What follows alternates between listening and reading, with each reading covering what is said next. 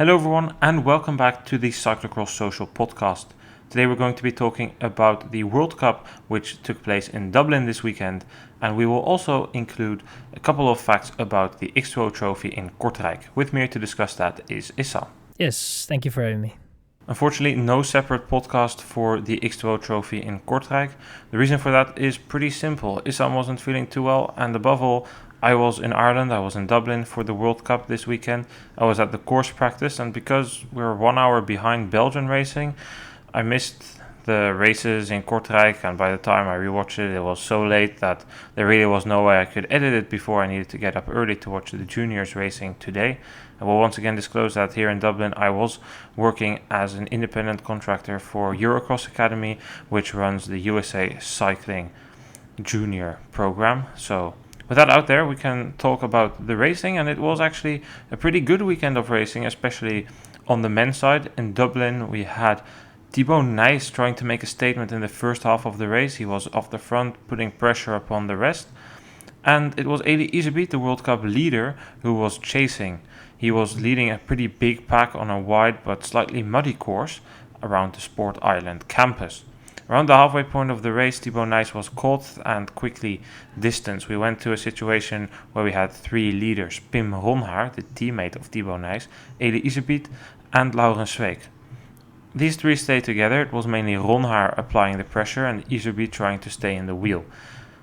Zweek yo-yoed a bit, but was relatively easy, I would say, able to stick with them until he had a puncture in the penultimate lap.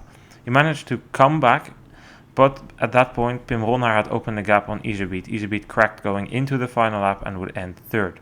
Zweek overtook Issam, closed the gap to Ronhaar, and we went in for a battle. It was a pretty entertaining one. Ronhaar put pressure on Zweek. Zweek came back, took the lead in the last muddy section before the start-finish, but he wasn't able to distance Ronhaar, even though it looked like Ronhaar was briefly cracking. They sat up, and just before the final corner, Ronhaar slightly surprised a tired Laurens Zweek and took the victory. Your podium: Pim Ronhaar ahead of Laurens Zweek and Issam. Important to note, Issam, out of the top three, was the only rider to do the double with Kortrijk. Issam, what are your thoughts on that battle? Who do you think was actually the strongest? Because Zweek had that puncture in the penultimate lap. Yeah, that puncture definitely didn't help Zweek, I would say. And I think looking back at it, especially if you came back from a puncture and then you have to close gap already in the last lap, I don't know if it was the smartest move to immediately try and counter Ronhaar's attack in a way and have an attack before the sprint. I think that Zweek's sprint is definitely not bad, so I would have counted on that. And he said it himself in the interview as well, that he just didn't really have anything left when it came to the sprint, and that's quite understandable with the effort that he had to put in the last two laps. It's hard to say if he was the strongest, because I think that Ronhaar definitely had a very good day, but to come back from all that with that puncture and then having to bridge that gap, because when he reached to Issam, there still was a gap that he had to close on the last lap. It's just effort up.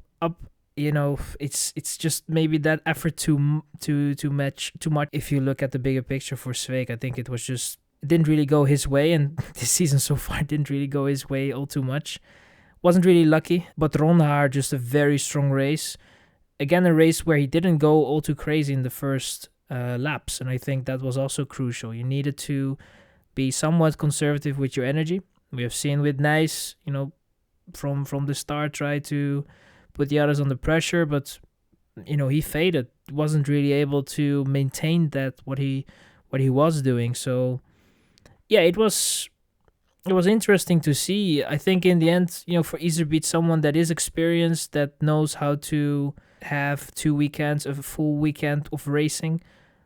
I don't know how I should look at that, but it potentially definitely could have influenced his result today. That effort in Kortrijk was just a little bit too much, and he felt it racing in Dublin today. So it was interesting racing. Good to see Zweek back a little bit more at the front, because that was something that we haven't seen all that much this season so far. And a very strong outing from Pim Ronhaar, that from halfway of the race decided that I have to do something with these good legs, and bit similar to Dendermonde, but just with a different way of how the race played out. But definitely, I would say a similar day for him in terms of how the legs were, and it looked very good from his side. And eventually, definitely, you can say that he is the deserved winner of the race. I'm gonna pick in on a couple of things you said there. First of all, that effort yesterday in Kortrijk 100% influenced Eli Iserbyt. Not only did he need to go pretty hard in that race, it was a last lap battle, which last lap Eli Iserbyt obviously, well, not that obviously, I mean, he did his teammate Michael van Toornout to crash out, but again, it's crazy how he does it every time in the final lap taking the win. Luckily Van Toornout didn't break anything in that crash, but it's not as much that effort. Above all, you finish that race at 4. He needs to go to the podium. He needs to go to the anti-doping. He needs to give the media the interviews. That's going to take an hour. It's 5. His flight leaves at 8. He needs to get to the airport. That's not going to be good recovery. I mean, he can take his recovery shake, but it's not the same as when you just get in your camper van, put your legs up, drive home and chill. It's definitely influencing the freshness he had here today, and therefore I think he can be relatively satisfied with that 3rd place. At the same time, Iserbyt and Nys, both riders who worked a lot in the first half of the race, paid the price in the second half. From what I've seen here at the course, yes, it was muddy, yes, it got muddier compared to when the juniors and the U23s raced, but it still was not a super slow race. They were averaging around 23 kph.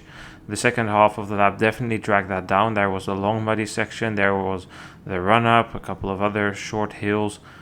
The first part on the wide sections, especially after pit 1 and coming towards pit 2 to these kind of horseshoe bends almost on top of the smaller hills, it definitely had a lot of benefit. You had a lot of benefit as a rider if you were sitting in the wheel. And Thibaut Nys didn't do that. He was going off the front, paid the price for that. Eli Iserbyt was leading that chasing group kind of because it was his responsibility. Who was going to do it? Zweek is the master of sitting in the wheels. Ronnaar was blocking. Van Toornout completely missed his start. Was injured from that crash yesterday. He dislocated his shoulder there. Was definitely not at his best. Cameron Mason, another protagonist yesterday in Kortrijk. He ended 3rd there. He was doing quite a bit of work there where he paid the price in the final lap. Wasn't at the front today. Van der Haar was chilling at home on his sofa. I mean, Iserbyt kind of had to do it. If he didn't do it, Thibaut Nys would probably have won. But you could just see both of those riders paid the price. I'm interested in your thoughts about that tactic of Thibaut Nys to actually go that hard early on in the race. Well, it's understandable for someone, of his age and the races that he had. His last couple of races were not the greatest, and I think that maybe before the start he felt that he had the good legs, the legs that could help him out with a good result. And I think that's, if you have that feeling, it's very hard, especially after a couple of disappointing results, to contain yourself and to not go all out and go crazy and lead the pack out and be not all too smart about your energy. And I think, like you said, it was a wide course as well, so you obviously had to position yourself well in the group. To be in 5th or 6th is not going to be as big of a problem as it was yesterday with Kortrijk, I would say. I mean, it's understandable. He's young and he probably had very good legs and he thought, okay, I go for it. But we can definitely say with the aftermath that it wasn't the smartest thing to do in this race. And yeah, that was, he paid the price for it in the later part of the race. And I think the encouraging stuff that you can take out of his race probably is that he kept on going. I think that is also important. He had to face the consequences of his start, but instead of, giving up and be like, okay, well, I mean, fighting for 6th or 5th or 4th is not for me. I'll just let it go. He kept on fighting, and I think that is also important for the progress of such a talent. I mean, he's done that before where he just doesn't keep fighting and just calls it a day. It's good to see that he doesn't do that, and you made this point, I think, last week, or maybe it was the week before. I think it was last week where you mentioned that Sven Nys was telling the Belgian TV how he thought that was good. I agree with you on that. I would like to jump back to Laurens Zweek though, because I think that puncture in the penultimate lap is kind of just telling, like a pretty good description of his season, because everything just doesn't really go his way. If it's the weather, the course, an injury, it's not really going his way. Last year, everything in these races did go his way when he took, I think, like 8 victories in this season. So far, he has 0, and I mean, you made that point already pretty well, so I'm not going to repeat it. I do think he had a good chance at victory here. In the sprint, I don't know if he was surprised by Ronhaar or just had nothing left, or a bit of both. It looked a bit weird that the initial reaction to the attack by Ronhaar came pretty late, and then he had nothing left. I feel like that's the order in which things went, but yeah, it's a muddy course here. Might not be something where you expect Lauwenswijk that far up front, but because it wasn't that slow or that fast, it wasn't that slow, it was still relatively fast, he did alright. I think in many ways the race was pretty similar to the one we had here last year. Van Aert and Pidcock were in that big leading group, and Van Aert only took the win in the final lap. Well, of course he had that issue with the cloth of Van Toerenhout mechanics which got in his bike, but nevertheless that was a pretty close race, and we had the same here. And last year we had a couple of somewhat surprising results here, and I think this year we can conclude the same, because the teammate of Lauwenswijk, Joran Viseuren, ended 4th. I mean, Issam, is this too early to say this is the result that you get if you take over the Cyclocross Social Instagram page, or does it really give you extra watts? Hey, that's a good one. I mean, I haven't even thought of that. Maybe it gives you just that extra percentage in power, I would say. But yeah, because when Loris Rouillet took over for the first US CX series races, he took the victory there in Renault. Anton Ferdinand took over. He also took the win once he took over. I'm seeing a correlation here. We should advocate for it. Make some marketing. All the riders just do it. I mean, it should have helped, I would say, because his result was definitely there. I think his best performance with the Elite World Cup for sure, and overall just this season it was a very strong race from his side. I mean, he's a guy that has to now fight his way through the elite category, and that is not always going to be an easy task. But today he had a good day. He probably got a course that suits him, and he just did his job. And I think that you have to commend such a rider that, there is some pressure on him. I think that he definitely wants to show the team as well that he is capable of having these results, and this just helps also just in the whole progress and mentally as well, because then you don't have this whole thing of proving yourself. I mean, every race you want to have a good race, but at least you have banked this result. It's in the account for this season, and no one is going to take that from you. So from there you just have to continue. But if you look at his race was really good, and I think that he got the maximum out of it. And yeah, it's a super result from his side, and it's going to be interesting to see if we can see this a couple of more times this season. I would like to see that, to be honest, because I think that he's a talented kid, but it's just it's hard to place him somewhere, because I think that if you compare him, for example, to a Ronhaar or a Nijs, I think those guys have just that little bit more talent. But on a good day, you never know, what his potential is. So it's good to see, and I hope to see that more this season. And he has to prove us. Maybe he needs to do another takeover somewhere this season, and who knows? Maybe the results will be up there again. Do you want to improve your cyclocross results? Cyclocross Social is here to help. Take over our Instagram story and gain 5% on your FTP. I'm Noah van Putten, owner of Cyclocross Social, and I approve this message. Let's look at the entire top 10 then. Pim Ronhaar with the win ahead of Lauwenswijk, Eli Iserbyt and our takeover boy Joran Viseuren. 5th place, a very, very strong result for Jens Adams. We'll talk about him in a bit. Thibaut Nijs ended 6th ahead of Ryan Kamp, Kevin Kuhn, Niels van der Putten and Michael van Toerenhout, who we already said lost that victory yesterday in Kortrijk due to a crash in the final lap when he was playing the team tactics. Iserbyt dropped the gap. I thought that was a bit of a rookie mistake by Van der Haar to let that happen, and then in the end Iserbyt got it done there. But yeah, we saw already that Jens Adams yesterday was fifth, and today he does it again. We have seen a slow but steady upward trajectory for him. It's not been great at the beginning of the season. He was outside of the top 15 in Maasmechelen, but then we saw him 7th in Dendermonde, and he continues. And I feel like it's pretty much always the same. Jens Adams really comes to life in the part of the season we are hitting now. November, December, courses are better for him, muddy, but he can reflect upon a successful weekend with 2 fifth places for Athletes for Hope. I think also that the course helped him as well, and we should not forget we miss Lars van der Haar, for example, that I think on a course like this, not all too much running. It was on the faster side, but you still needed the power to get through the mud.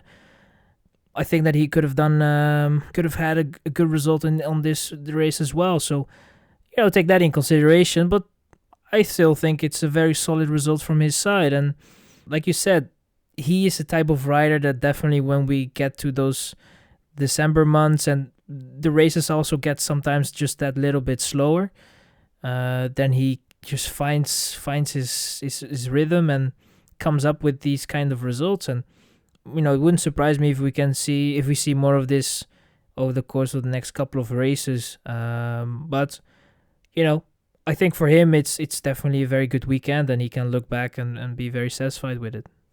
Then to touch upon the race in Kortrijk a little, Cameron Mason put in a very strong effort there. I think I already said that. Corné van Kessel as well. We saw that both riders couldn't repeat that today. They were in a group of riders who slightly disappointed today, or I mean, not really slightly, they just disappointed. Van Kessel 13th, Kuipers 14th, Mason 15th.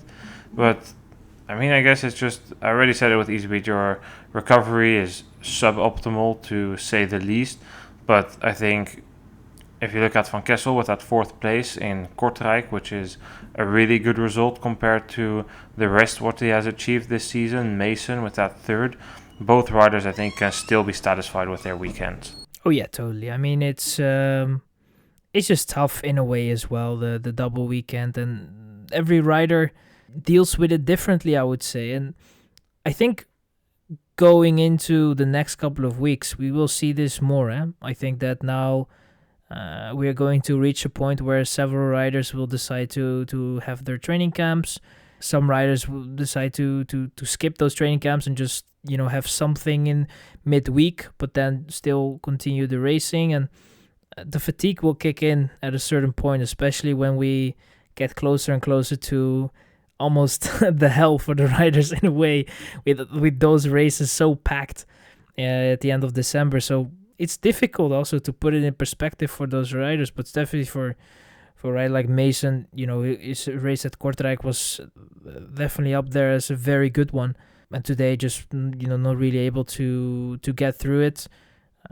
But that's no big deal, and I think that we're going to see that a little bit more often for the riders that decide to do a double weekend, and that's normal. I mean, you have to make choices. Iserpit is a guy that definitely is, if he gets the chance to, makes those choices, and sometimes decides to just have just be a bit more conservative with the energy and save a little bit, as much as you can, obviously, on a Saturday, and then try on the Sunday to be up there. With most of the time at the moment is the World Cup, and then you have the X2O, the Super Prestige on the Saturday, where you just save a little bit. And he is now in a position where he can do that, especially in the Super Prestige, and also in the X2O trophy, not so much. But there will be moments where riders will make tactical decisions, and we will see that over the course of the season.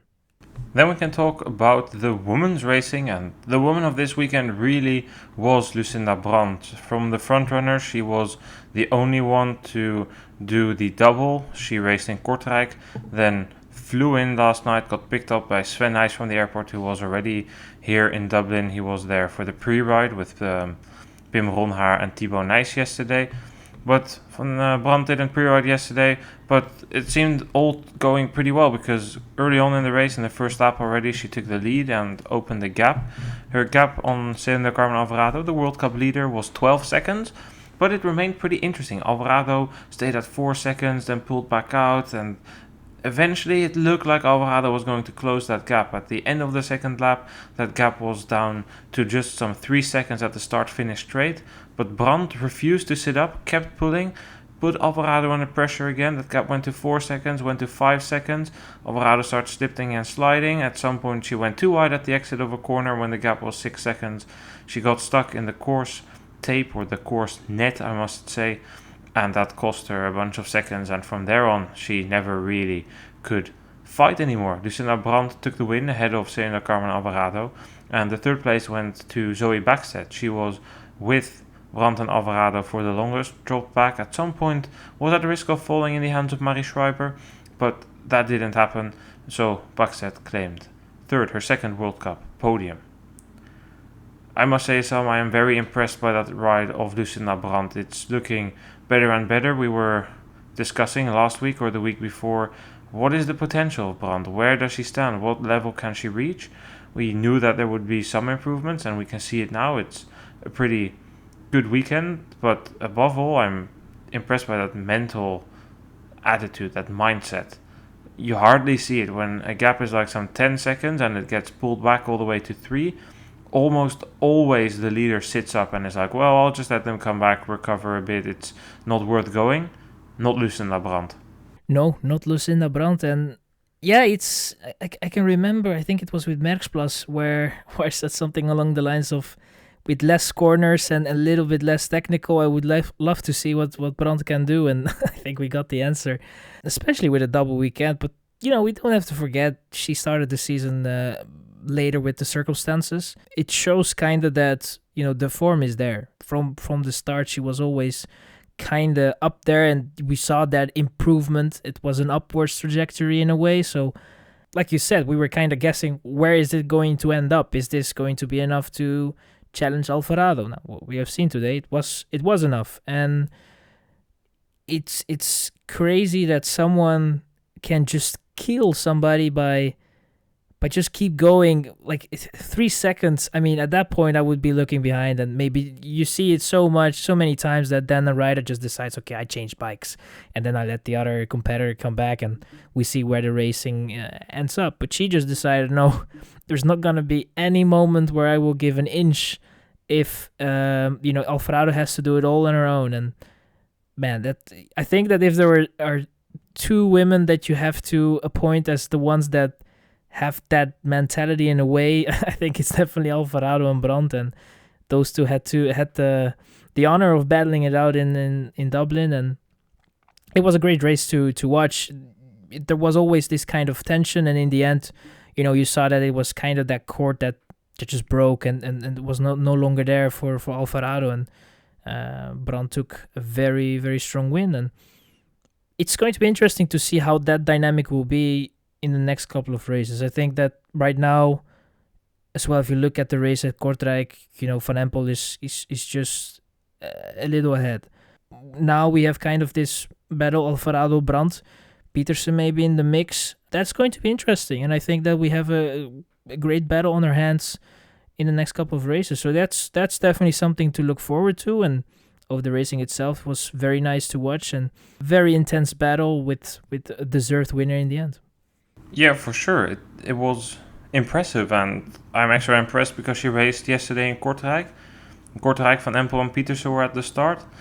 As you say, Van Empel looked to be quite that bit better. Van Empel did have that crash. Brandt was able to stay within 30 seconds due to that, but it's still, I would say, impressive to do this double and win after a second place yesterday. She did beat Peterson.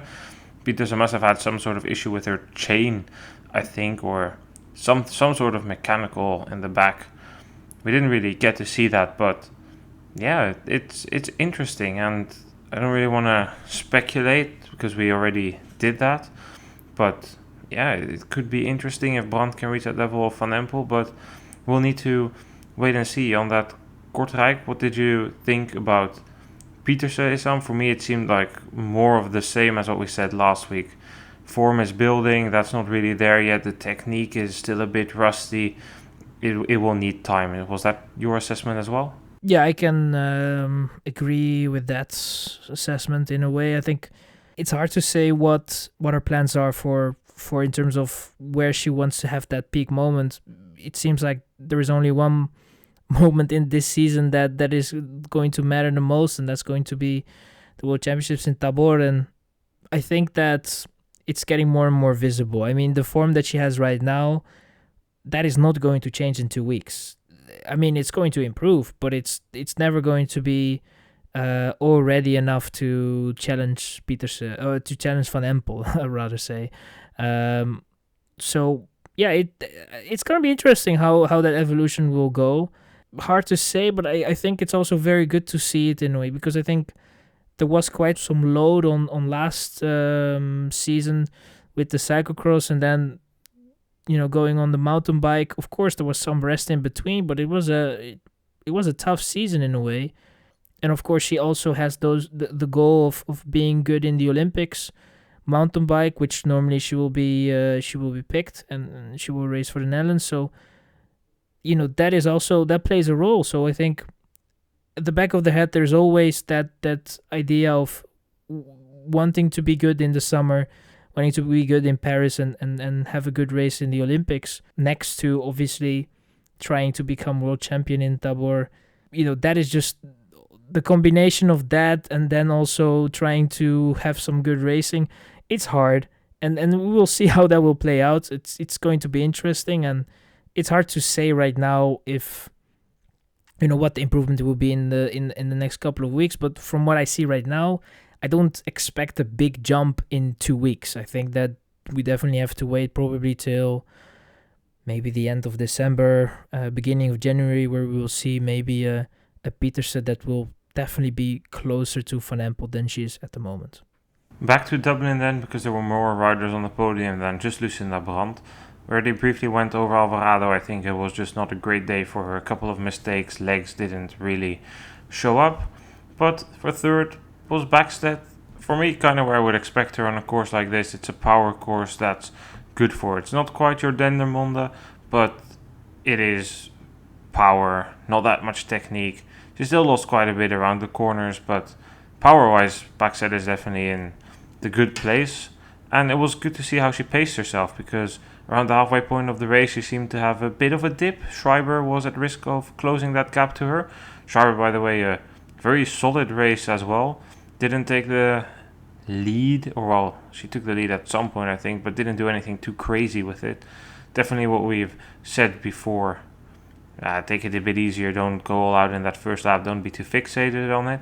Now that she's starting on the second row in most of these World Cups, that seems to be forced for her. She doesn't really have a choice to take the whole shot.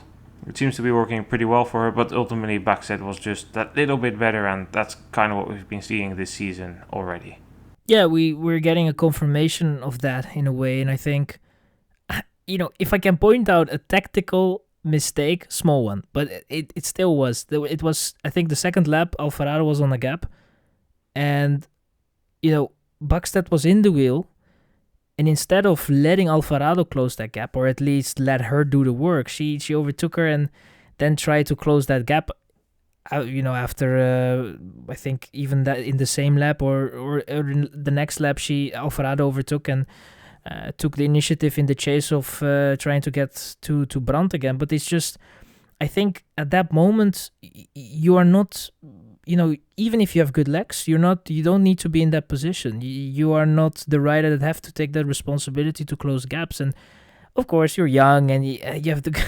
It's the beginning of the race. The energy is still there, and you try to, to close those gaps. But we have said it already with the men's race. This is a course where you had to be smart with your energy, and everything that you did the lap before will count in the later parts of the race or in the mid part of the race. And it's just small things. I would say that you can see why someone has a little bit more experience than someone else. And I think, but regardless of that, I think Backstedt, great race, and it looked very good. And like you said, it was a course that suits her well, because she can use that power, she can use the talent that she has, and it's not really a lot of it's not technical dependent in a way. I think that the rider can can do his thing or can do her thing, but it's not it's not heavy on the technique. And I think that that helped her today, and it looked very good. And for Schreiber, the same thing. And we have seen that there, the difference is still kind of there, a small difference. Schreiber is just the lesser of Buckstead at the moment, but definitely also having a very good day and a very good race. And it's good to see that you can already see that there are improvements in tactics. Not going all out in the first lap. Be a bit more conservative. Be smart with your energy, and that's only going to get better and better with more races and more years under your belt, and it will come, I would say. But for their race, it was a very good race. Let's look at the entire top 10 then. Behind the top 4 of Brandt, Alvarado, Buckstead and Schreiber, we find the Dutch duo Van der Heijden and Van Alphen. 7th place for Magali Rochette. It's a time of year where she normally starts thriving. We're coming close to Val di Sol. That's when she starts hitting those results. 7th is definitely an improvement from what we have seen in recent weeks. Yes, okay, a couple of riders weren't there. At the same time, she's ahead of Bakker, Betsema, Bentveld, Ribeirol, all riders outside of the top 10. So it's an improvement. 8th place is for Kristina Zemanova. Good result for the Czech rider, and it's been a good weekend for the Czechs, because yesterday in Kortrijk we saw Katerina Hladikova end 10th and Barbora Jebrakova end 11th, both U23 riders. I think they are second year U23s from the top of my head. Then 9th place today was for Sara Casasola and 10th was for Leonie Bentveld. I would like to finish with Sara Casasola. Issam, she was going pretty well. She was in 5th for most of the race, but I think something must have happened, surely, because she lost a chunk of time. All of a sudden, we didn't really see what, but she must have crashed. That would definitely not be a bad assessment, I would say. I don't know what happened, to be honest, but it was it looked good for a big part of the race, and then she fell back. It's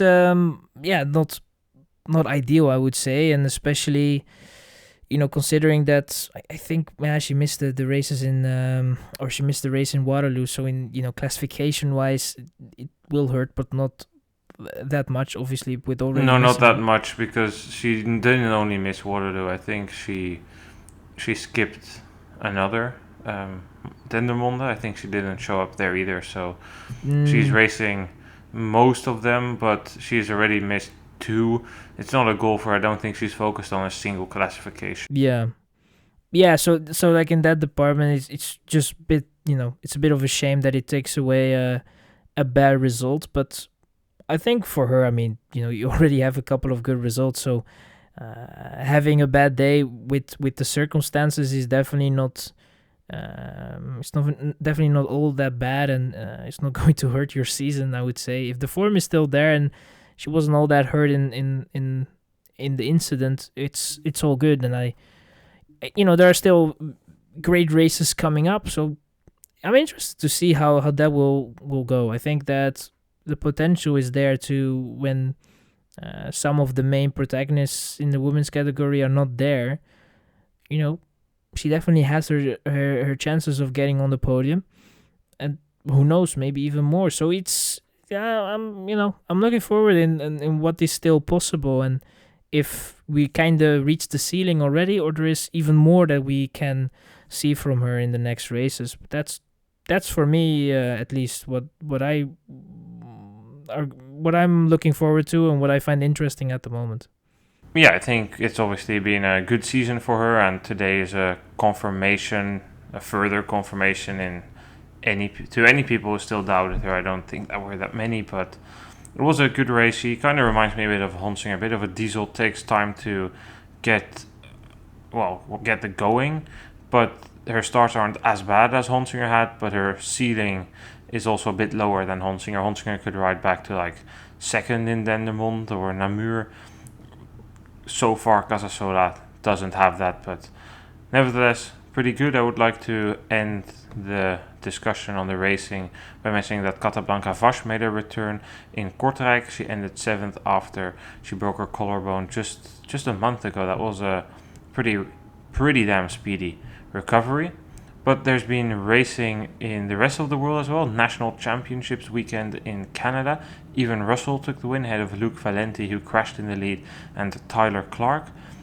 Eva Holmgren won the Women Elite title ahead of Christine Bilodeau and Caitlin Walcroft. You might be wondering, where is Isabella Holmgren?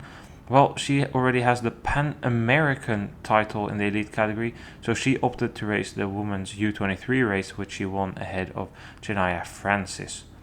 But there were more national championships. There were national championships in Slovakia, where Matej Ulik took the win ahead of Samuel Kovac and Sebastian Michalek. The women's elite race was won by Victoria Hladonova ahead of Sofia Ungerova, two juniors on the top two steps of that podium. Hladonova is definitely going to be going up for some insanely long streak there, assuming no other super talent shows up there. And Teresa Kurniczak ended third there. There were also national championships in Sweden. Pretty busy weekend of racing. Paul Greus took the national title ahead of David Riesberg and Ville Merlov. Carolina Andersson won the women's race ahead of Asa Eller Andersson. And third place was for Anna Erkismo. There was obviously also racing which didn't have to do with national championships. Last week I said something about the only standing UCI race in Japan. That's not true, because the Kansai Cyclocross took place this weekend, where Hiroshi Oda won ahead of Dutch rider Gosse van der Meer and, well, I'm going to try my best on the other names, Shingen Yunoki ended third. The women's race was won by Yui Ishida ahead of Akari Kobayashi and Kasuga Watabe. There was racing in Italy, in San Colombano, where Filippo Agostinaccio took the win ahead of Gioele Bertolini and Antonio Folcarelli. Eva Lechner won the women's race ahead of Valentina Corvi and Rebecca Garibaldi. There was racing in France, in Auxerre, where Lander Looks won ahead of Clément Venturini. He is back racing. He's going to race Worlds again this year. Interesting to see if he can get another top 10. Third place in that race went to Noé Castile. Marlène Petit-Gérard won the women's race ahead of Anne Morichon and Electra Galezot. We went over the results in Kortrijk, but there was also racing in Slovakia. It's the same course as the national championships, I think, but just a day later in Ziar nad Hurnom. Marek Konrad took the win ahead of Matej Ulik and Xavier Garnek. Hladonova won the women's race ahead of Ungerova. The third place was for Dorota Voshtikova. Is that everything? Yes, that is everything. It was a pretty packed weekend of racing. It's been good. Issam, thank you for being here. It was a pretty nice stay in Dublin and a nice chat with you. Yeah, I hope you enjoyed your stay, and yeah, thank you for having me. It was a great chat, and on to the next week. Yeah, definitely on to the next week. We are going to be back. I will be at home next week. We have the Super Prestige in Boom, and we also have the World Cup coming to you from Flamanville. As said, I will be home after a couple of weeks on the road. But before we reach that point in terms of podcast, we have one more podcast coming up this week with a bunch of American juniors, the ones I've been working with. This week they will share a couple of their experiences. Thanks everyone for listening, and see you guys later this week. Goodbye.